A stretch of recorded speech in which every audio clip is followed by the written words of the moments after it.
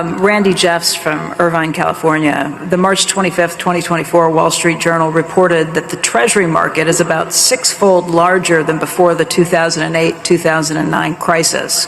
Do you think that at some point in time, the world market will no longer be able to absorb all of the U.S. debt being offered?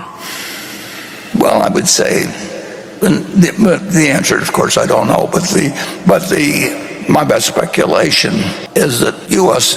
debt will be acceptable, but for a very long time, because there's not much alternative. But it won't be the quantity. The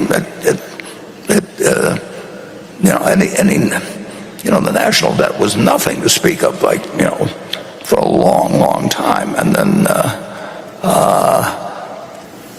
it won't be the quantity. It'll be whether, in any way, inflation would get let loose in a way that really threatened the whole world economic situation, and there really isn't any alternative to the dollar as a reserve currency. And you get a lot of people who give you a lot of speeches on that, but that really is the answer. And Paul Volcker worried about that back in before 1980, but he had threats on his life, and I happened to have a little contact with him at that time, and he was an amazing, amazing fellow that, in effect, decided that he had to act, or the financial system would fall apart in some way that he couldn't predict, and he did it, and he had people threatening his life and do all kinds of things, but he was the man for that crisis.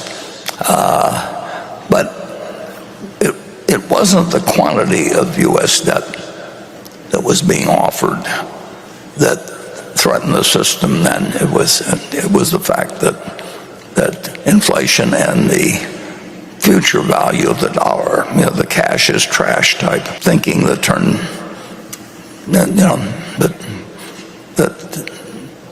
we're setting up something that could really affect the future of the world in terms of its economic system. And Paul Volcker took it on, and he was gutty as could be.